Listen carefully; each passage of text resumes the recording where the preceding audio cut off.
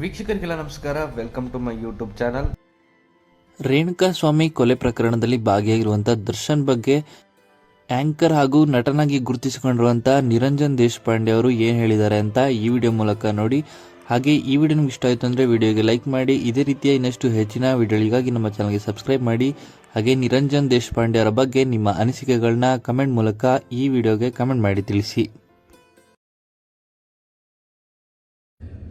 ಪ್ರಸ್ತುತ ಜಗತ್ತಲ್ಲಿ ಯಾವ ನ್ಯೂಸ್ ಚಾನಲ್ ಮಾಡಿದ್ರು ಒಂದೇ, ನಿಜವಾಗ್ಲೂ ನಿರಪರಾಧಿಗೆ ನ್ಯಾಯ ಸಿಗಬೇಕು, ಆ ಮನೆಯವ್ರಿಗೊಂದು ನ್ಯಾಯ ಸಿಗಬೇಕು.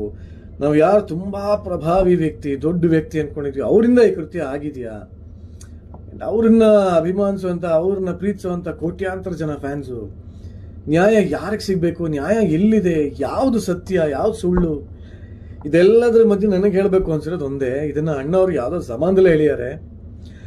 ಅವನ ನಿಯಮ ಮೀರಿ ಇಲ್ಲಿ ಏನು ಸಾಗದು, ನಾವು ನೆನೆಸಿದಂತೆ ಬಾಳಲೇನು ನಡೆಯದು. ವಿಷಾದವಾಗಲಿ ವಿನೋದವಾಗಲಿ ಅದೇನೇ ಆಗಲಿ ಅವನೇ ಕಾರಣ, ಬಾನಿಗೊಂದು ಎಲ್ಲೆಯಲ್ಲಿದೆ,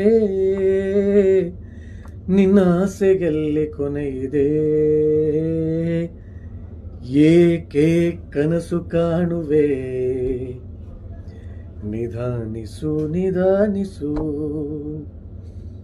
ಭಗವಂತ ಅಂತ ಒಬ್ಬ ಇದ್ದಾನೆ, ಅವನು ನಿಜವಾಗ್ಲೂ ಯಾರಿಗೆ ನ್ಯಾಯ ಕೊಡಬೇಕು ಅಂತ ಅನ್ಕೊಂಡಿದ್ದಾನ ಅವನಿಗೇ ನ್ಯಾಯ ಸಿಗೋದು. ಅವನಿಗೆ ನ್ಯಾಯ ಸಿಕ್ಲಿ, ಎಲ್ಲ ಒಳ್ಳೇದಾಗ್ಲಿ, ಎಲ್ಲರಿಗೂ ಒಳ್ಳೇದಾಗ್ಲಿ.